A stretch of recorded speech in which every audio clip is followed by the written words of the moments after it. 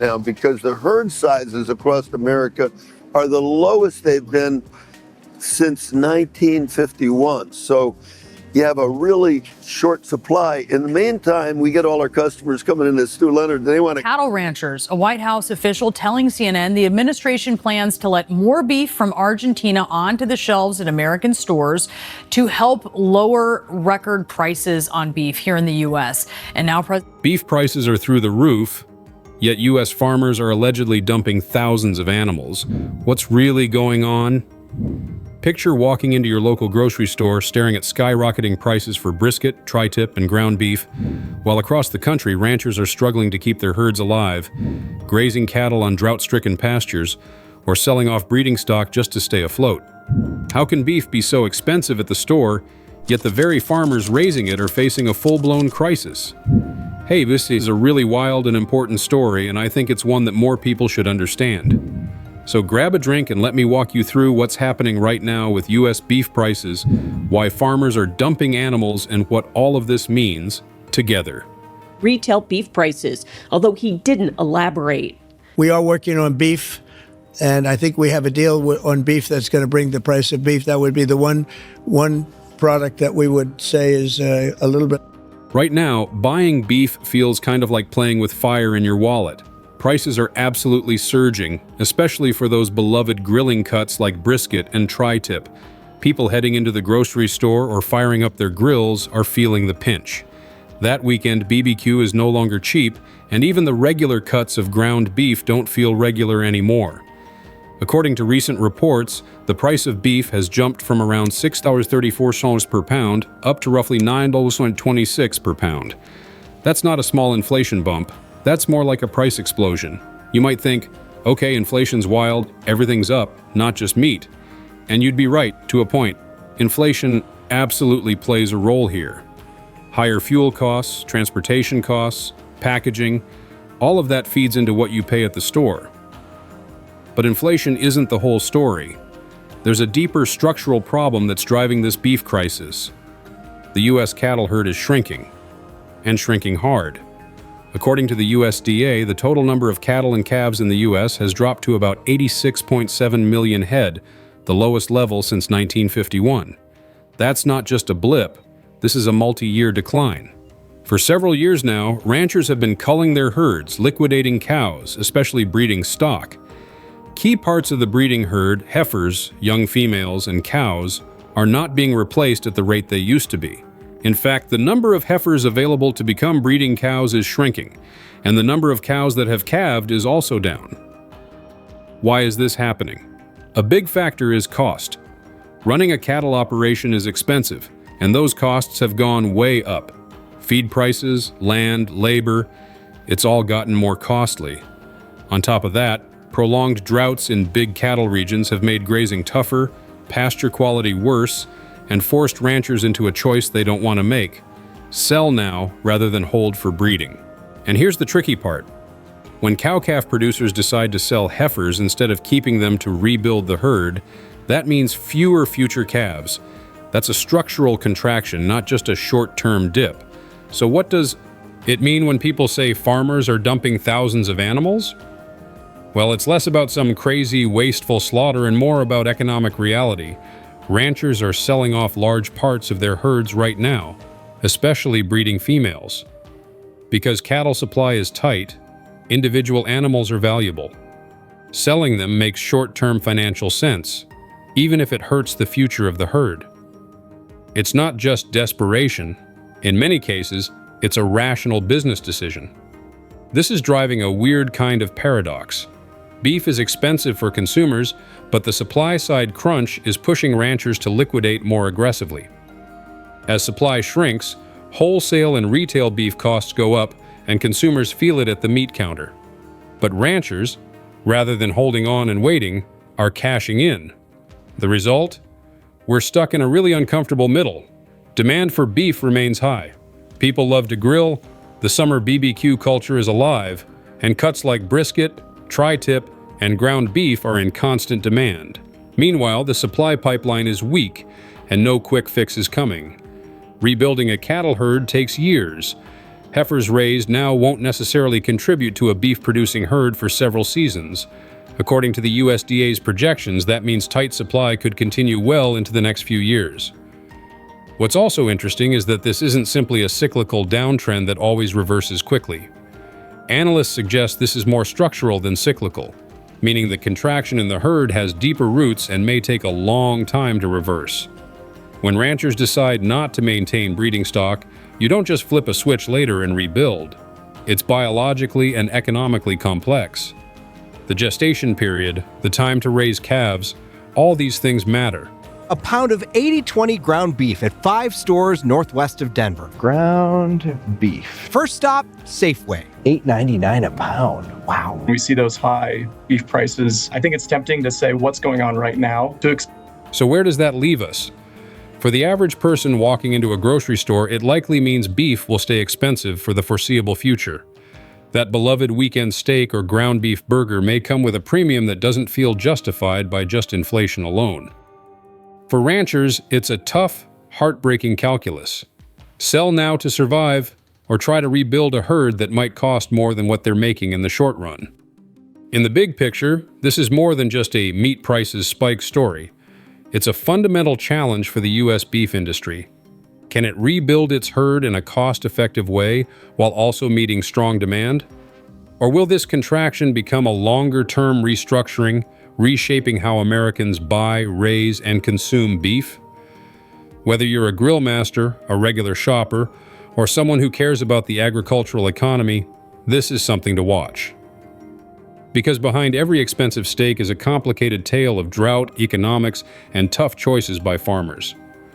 Let's hope that in a few years we're not still telling the same story, but that depends on whether those breeding herds come back or keep shrinking. All right, let's dig into this story because it's a strange and fascinating situation that's affecting farmers, ranchers, and anyone who loves a good steak. Imagine this. The summer grill season is in full swing. You're thinking about firing up the barbecue, but when you walk into the grocery store, your favorite cuts, brisket, tri-tip, or even ground beef, are shockingly expensive. Prices have jumped dramatically, and you might be wondering why. The truth is, there's a lot more going on than simple inflation or market hype. Behind those high prices is a deep structural problem in the U.S. cattle industry that has ranchers making some tough, sometimes counterintuitive decisions. We have shrinking cattle herds throughout the country due to persistent drought. That leads to fewer calves being born that are sent down the supply chain to create the beef products that we buy at the store shelf. Smaller herds means smaller supply. One of the biggest factors is prolonged drought, especially across the western United States, which has long been a heartland for cattle production. This drought is not just a little dry spell, it's one of the worst in decades, seriously decimating pasture quality. Grasslands that used to support huge herds are now struggling, leaving ranchers with far less feed for their animals. Maintaining large herds in these conditions is incredibly expensive, and in some areas it's practically impossible. Without healthy pastures, cows and calves don't get the nutrition they need to grow, and ranchers face the choice of paying skyrocketing feed costs or reducing the size of their herds. It's not just bad weather, it's an economic crisis intertwined with environmental stress. Speaking of costs, running a cattle operation has always been a balancing act, but today's rising expenses are squeezing ranchers from every angle. Feed prices have shot up, land leases or purchases are more costly than ever, and even financing costs for operating farms are climbing. Every decision, from feeding to breeding, comes with a higher price tag, and that's putting pressure on farmers' profit margins. So, what do many ranchers do when faced with these rising costs and uncertain conditions? Many are strategically liquidating their herds. This means selling cows, including mature breeding cows, rather than holding on to them to rebuild their herds over time. It's a choice that might seem counterintuitive. Why get rid of animals when beef is in high demand? But economically, it can make sense. Short-term returns from selling now are more attractive than waiting to expand again later, especially when costs for feed and land are climbing every year. This brings us to the term dumping, which you might have seen in headlines like U.S. farmers dumping thousands of animals. In this context, Dumping isn't about wasting meat or killing animals for no reason. It's more about economic reality. Ranchers are liquidating large numbers of cattle, including breeding stock, to manage risk and cover operating costs. When the market is tight, animal prices can actually be very high, which creates a strange incentive.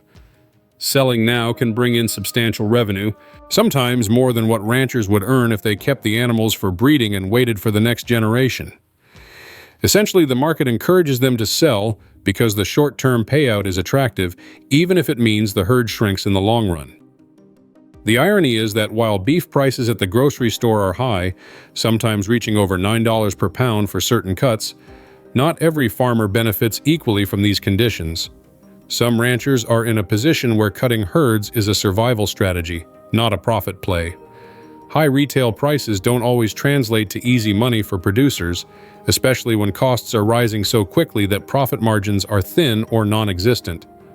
For some, selling part of the herd is the only way to keep their ranches afloat, even if it feels like they're losing ground in the long-term battle to rebuild herds. There will be even more demand for great American beef as we move forward. Low inventory and high demand is not sustainable if we wish to be a country that can feed ourselves. Another complication is the falling number of heifers kept for breeding. Heifers are young female cows that will eventually join the breeding herd, and when fewer are kept, it undermines future herd growth. Think of it like a chain reaction. You sell more cows today, fewer heifers are available tomorrow, and the herd struggles to grow back. Over time, this contributes to the structural shrinkage of the U.S. cattle population, creating a cycle that's hard to reverse. Every decision to sell a breeding cow today has long-term consequences for supply, meaning that even if the drought ends or feed prices drop, it will take years to rebuild the herd to previous levels. So, when you hear about dumping in the news, it's really about this interplay of economics, environmental stress, and market incentives. Ranchers are making calculated decisions to survive in a tough market, even if it appears strange from the outside. It's a unique situation where high beef prices coexist with shrinking herds, a paradox that affects both the people who raise the cattle and the people who buy it at the store. The big takeaway is that the U.S. cattle industry is in a period of contraction, not just a temporary dip. Drought, rising costs, and herd liquidation are creating a scenario where supply is tight, retail prices are high, and the traditional rhythm of raising cattle is being disrupted. This isn't a one-year problem that will magically fix itself. Rebuilding herds takes years, and the decisions ranchers are making now will shape the market for the foreseeable future. While the term dumping might sound alarming, it's really a story about survival, strategy, and the complex economics of an industry under pressure. For consumers, the implications are clear. Beef is likely to remain expensive for a while, and your favorite cuts might come with a higher price tag than in previous years. For ranchers, it's a delicate balancing act between maximizing short-term returns and trying to ensure the future viability of their herds. And for anyone interested in agriculture, economics, or food sustainability, it's a fascinating example of how interconnected environmental conditions, market forces, and human decisions can create unexpected outcomes. Behind every expensive steak is a story of drought-stricken pastures, rising costs, and ranchers making tough choices to survive. Understanding these dynamics gives us a clearer picture of why beef prices are high, why herds are shrinking, and why the headlines about dumping animals might not be as simple as they first seem. Have had to raise prices this year just with rising input costs. The beef industry is facing major challenges: a prolonged drought across key cattle states, record high feed costs, and the smallest U.S. cattle. You know, it's kind of crazy how the meat industry works sometimes. Right now, we're seeing a really strange situation in the U.S. where beef prices are soaring, but at the same time, farmers are dumping thousands of animals. On the surface, it doesn't make sense. If prices are high, shouldn't everyone be happy? But the reality is a lot more complicated, and it has to do with supply chains, herd sizes, and how long it actually takes to raise cattle from calves to market-ready beef. Let's start with what's happening with supply. There are fewer cattle on feed than in previous years, which means meat packers like Tyson, JBS, and others are facing serious supply bottlenecks. This isn't just a temporary hiccup, it's part of a bigger structural problem. With fewer animals coming into feedlots and fewer calves being born to replenish the herds, the pipeline of beef to the market is tighter than it has been in decades. Even if the demand from consumers stayed the same, and it hasn't, summer BBQ season always pushes demand up, meat packers can't just magically produce more beef overnight. Raising cattle takes time, often years, so supply can't be ramped up quickly to meet short-term demand spikes. These supply constraints have a ripple effect through the entire meat industry. When there's less beef available for processing, wholesale prices start climbing. This is where the cost trickle-down happens. Processors pay more for the cattle they can get, and naturally that higher cost passes on to retailers. By the time beef hits your local grocery store, the price reflects every step along the way, from the ranch to the feedlot to the slaughterhouse and the packaging line. That's why your ground beef, tri-tip or brisket, suddenly feels way more expensive than it did just a year ago, even though inflation alone doesn't explain the full jump. For hamburger for £1.50, and you used to get it for $2, $1.99, that's a lot. Experts say a shrinking U.S. cattle herd is partly to blame for the increase, and drought, high feed costs, and ranchers selling cows early. It's interesting because this isn't just about prices at one moment in time. The contraction in herds makes the industry less flexible in responding to market changes. If demand dips slightly, there's not a big cushion of extra cattle to slow the price increases. On the other hand, if demand spikes, prices shoot up because supply simply can't expand fast enough. Unlike some industries where you can increase production within months, cattle raising is a multi-year process. Calves need to grow, mature, and reach market weight. You can't just create more cattle on a whim. That's why even small shifts in supply or demand can have outsized effects on prices at the grocery store. Now think about the rancher's perspective. Many are facing tough choices. Some are dumping animals, which in this context means selling off large numbers of cattle, including breeding cows, rather than holding them for future herd growth. You might assume that farmers would want to hold on to animals during a high-price period to maximize profit later, but it's not that simple. Operating a ranch is expensive, especially now with higher feed costs, land costs, and financing expenses. Selling animals now can provide immediate cash flow, which is often essential for keeping the ranch running. In other words, what looks like a paradox, high prices yet mass sales, is actually a rational business strategy in the face of rising costs and environmental pressures, like drought. The problem is, by selling breeding cows and other key animals, ranchers are shrinking the herd in a way that will affect the industry for years to come. Fewer calves are being born, meaning the replenishment of cattle for future production is slower than normal. Even if prices were to stabilize or demand decreased, the industry can't quickly scale back up to previous levels. It's a long-term effect that most consumers don't see. They just notice that their steaks are expensive and that beef is harder to find in some cuts. Artificially inflating prices at the expense of America's farmers and consumers, directing the Justice Department to now investigate. News Nation's Marcus Espinoza is here to break it all down. I read the headline and Meat packers also feel the pressure because they rely on consistent volumes of cattle to operate efficiently. Packing plants are designed to process large numbers of animals every day, and if supply falls short, it disrupts the workflow, causes delays, and increases costs. Some facilities may not run at full capacity simply because there aren't enough animals available, which can further limit the amount of beef reaching the market. That's why these bottlenecks aren't just about the rancher, they affect everyone along the supply chain, from processors to retailers to the end consumer. This situation highlights how fragile and interconnected the U.S. beef industry really is. You have environmental factors like drought reducing feed availability, economic pressures pushing ranchers to sell rather than rebuild, and structural issues like a declining number of breeding heifers that make it difficult to grow the herd quickly. Combine that with strong consumer demand, and you get a perfect storm where prices skyrocket even though farmers might be struggling just to stay in business. It's a weird and somewhat painful paradox. The market is hot, yet the producers are under pressure and the consumers are paying more. One other thing to consider is that this isn't a short-term problem that will resolve in a few months. Herd rebuilding takes time, sometimes several years, because calves born today won't become market-ready cattle for a few seasons. So even if environmental conditions improve or feed costs drop, the supply chain can't just snap back into place immediately. This long lead time means prices are likely to remain elevated, and bottlenecks at meatpacking facilities may continue, which is why grocery store beef prices have climbed so much and why we're hearing all these stories about dumping animals. In the end, it's a complicated story about economics, the environment, and human decision-making. Ranchers are making tough choices to survive in an industry that is experiencing multiple pressures at once.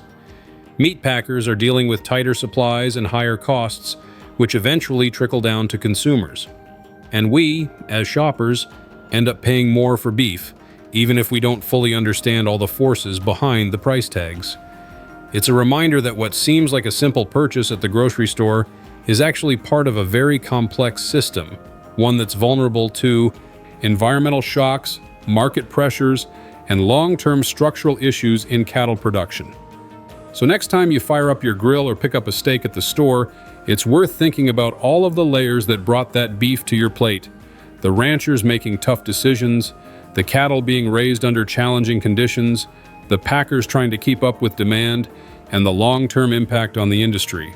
It's not just about high prices, it's about the future of how beef is produced and the challenges farmers and meat packers face every single day. The U.S. beef industry is in a rare and difficult moment, and how it navigates these bottlenecks and herd contractions will determine prices and availability for years to come.